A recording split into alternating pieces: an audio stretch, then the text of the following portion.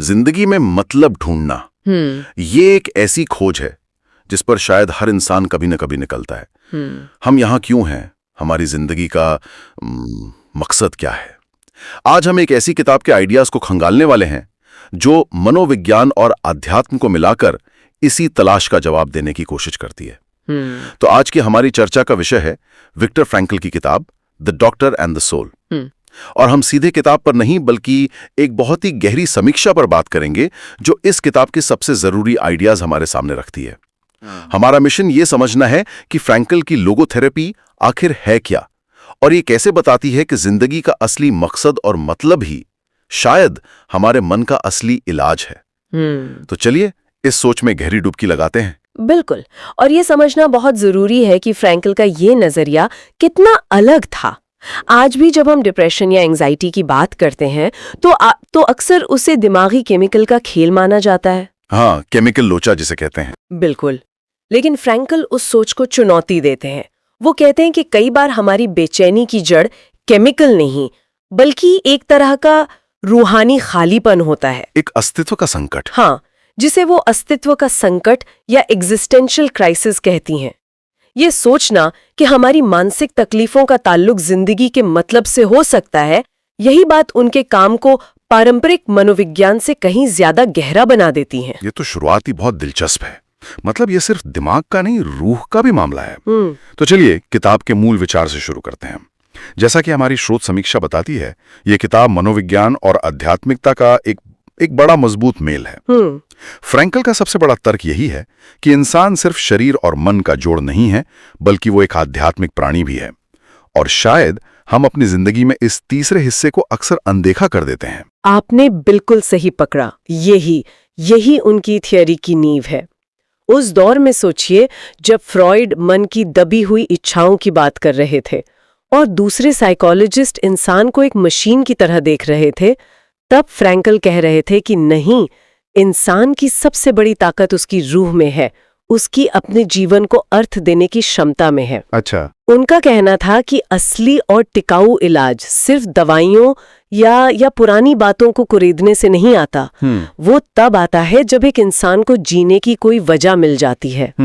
एक बहुत मशहूर कहावत है जिसे फ्रैंकल अक्सर दोहराते थे, जिसके पास जीने के लिए कोई क्यों होता है वो लगभग हर कैसे को सह सकता है। जिसके पास जीने के लिए कोई क्यों होता है वो लगभग हर कैसे को सह सकता है। वाह, ये लाइन तो अपने आप में बहुत कुछ कह जाती है। तो चलिए इसी क्यों की तलाश को और समझते हैं। लोगोथेरेपी के जो मुख्य विचार समीक्षा में सामने रखे गए हैं उन पर आते हैं, और यहाँ बात वाकई दिलचस्प हो जाती है। पहला पॉइंट तो यही है कि लोगोथेरेपी सिर्फ कोई थेरेपी नहीं बल्कि जिंदगी को देखने का एक पूरा नजरिया है। हाँ, ये बहुत बड़ा फर्क है। ये कोई 4 हफ्ते का कोर्स या कुछ दिमागी कसरत नहीं है। ये लक्षणों को दबाने या मैनेज करने के बारे में नहीं है। ये जिंदगी के प्रति आपके पूरे नजरिए को बदलने के बारे में है।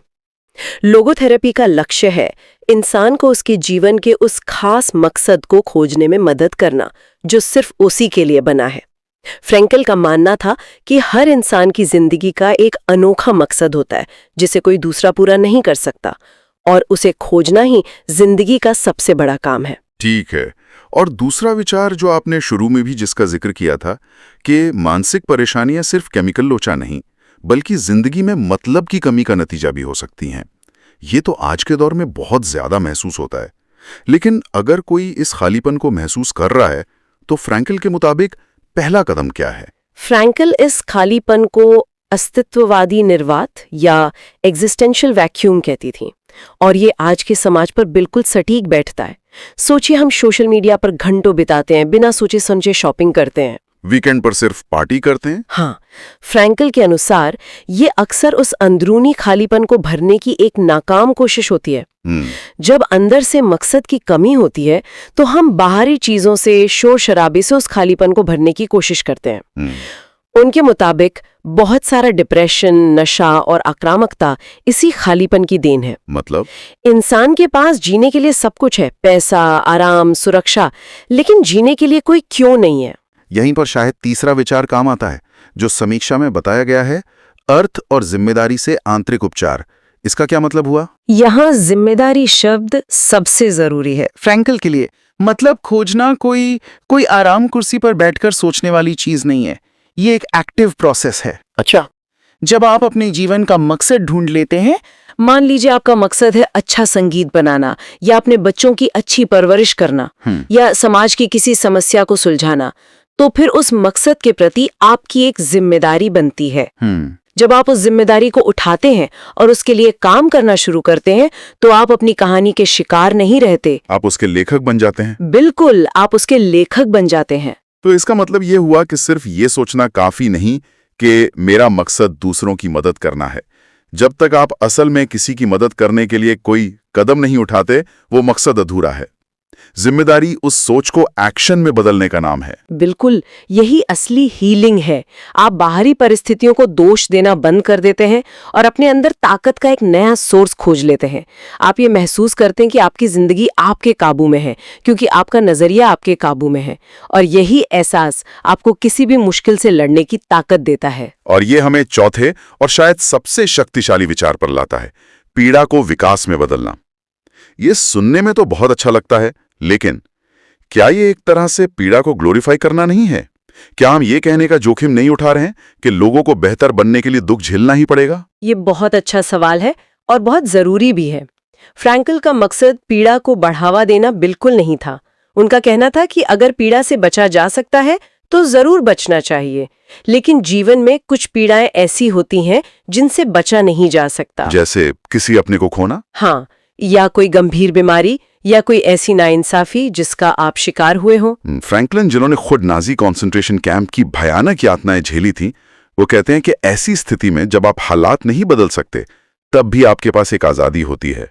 कौन सी आजादी? उस पीड़ा के प्रति अपना नजरिया चुनने की आजादी।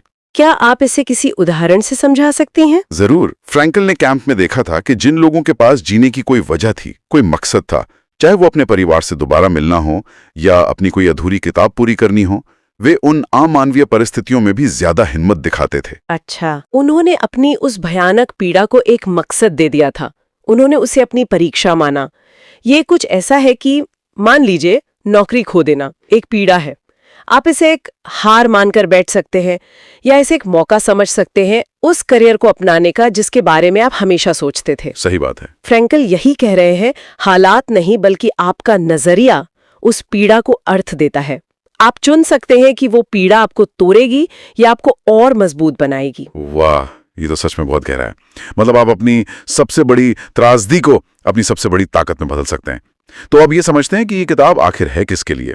समीक्षा में कुछ खास तरह के पाठकों का जिक्र है, जैसे मनोविज्ञान से प्यार करने वाले या जो आध्यात्मिक विकास की तलाश में है। हाँ, और मैं इसमें ये भी जोड़ना चाहूंगी कि यह किताब उन लोगों के लिए है जो आसान जवाबों से संतुष्ट नहीं होते हैं, जो लोग 5 स्टेप्स टू हैप्पीनेस जैसी किताबों से आगे बढ़कर अपने जीवन की मुश्किलों और चुनौतियों के पीछे का गहरा मतलब समझने के लिए तैयार है। ट्रांसफॉर्मेशन यानी व्यक्तिगत बदलाव के लिए एक शक्तिशाली औजार है।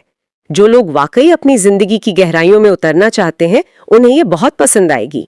ये सुनने में तो बहुत शक्तिशाली लगता है, लेकिन क्या ये नजरिया हर किसी के लिए अपनाना आसान है? मुझे लगता है कि कुछ लोगों को ये बहुत मुश्किल लग सकता है। क्या समीक्षा में इस बारे में कुछ कहा गया है, इसकी कुछ कमजोरियों के बारे में? हाँ, बिल्कुल। और एक अच्छी समीक्षा हमेशा दोनों पहलू दिखाती है। समीक्षा में 2 मुख्य बातें बताई गई हैं। पहली ये कि जो लोग इस विषय में बिल्कुल नए हैं, उनके लिए ये थोड़ी भारी और मुश्किल लग सकती है। ओके। दूसरी ये कि इसमें कुछ क्लिनिकल और दार्शनिक कॉन्सेप्ट्स हैं जो थोड़े जटिल हैं, जिन्हें समझने के लिए ध्यान और मेहनत की जरूरत पड़ती है। तो क्या ये इसकी एक कमी है? एक तरह से हाँ, लेकिन मैं इसे दूसरी तरह से भी देखती हूँ। इसकी जटिलता ही असल में इसकी ताकत भी है। मैं समझ सकती हूँ कि ये भारी क्यों लग सकता है। जब आप पहली बार पढ़ते हैं कि आपके डिप्रेशन की वजह केमिकल नहीं बल्कि मकसद की कमी है, तो ये सुनने में बहुत बड़ा और डरावना लग सकता है। ये कोई आसान गोली नहीं है जिसे खाकर सब ठीक हो जाए।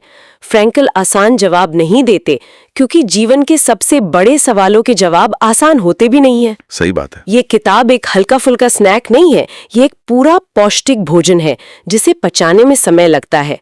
इसलिए हाँ, इसे पढ़ने में मेहनत लग सकती है, लेकिन उस मेहनत का जो फल मिलता है वो बहुत गहरा और स्थायी होता है। सही बात है। मतलब जो चीज गहरी होगी उसमें उतरने के लिए मेहनत तो लगेगी ही। तो इन सब बातों को ध्यान में रखते हुए समीक्षा का अंतिम निष्कर्ष क्या है? फाइनल वर्डिक्ट क्या है? समीक्षा का फाइनल वर्डिक्ट बहुत साफ है। अगर किसी को विक्टर फ्रैंकल की पहली और सबसे मशहूर किताब मैन्स सर्च फॉर मीनिंग पसंद आई है, जो कि बहुत लोगों को आई है, हाँ बिल्कुल, और वो उनके विचारों की दुनिया में और गहराई से उतरना चाहते हैं, तो ये किताब उनके लिए एक जरूरी अगला कदम है। ये पहली किताब के क्या का जवाब देती है और the doctor and the soul उसके कैसे और क्यों को समझाती है। और अगर हम इसे बड़े नजरिए से देखें तो ये किताब आज के दौर में क्या सिखाती है? अगर हम इसे बड़े परिप्रेक्ष्य से जोड़कर देखें तो ये किताब हमें एक बहुत जरूरी बात सिखाती है। हम अपने जीवन की कहानी के लेखक खुद हैं, चाहे हालात कुछ भी हों। परिस्थितियां हमारे नियंत्रण में नहीं हो सकती, लेकिन उन परिस्थितियों पर हम कैसे प्रतिक्रिया करते हैं, उन्हें क्या अर्थ देते हैं, ये चुनने की आजादी हमसे कोई नहीं छीन सकता। वाह! और यही सच्ची मानवीय स्वतंत्रता है। ये आपको विक्टिम बनने से रोककर आपकी जिंदगी का हीरो बनाती है। बहुत खूब। तो आज की चर्चा को समेटते हैं।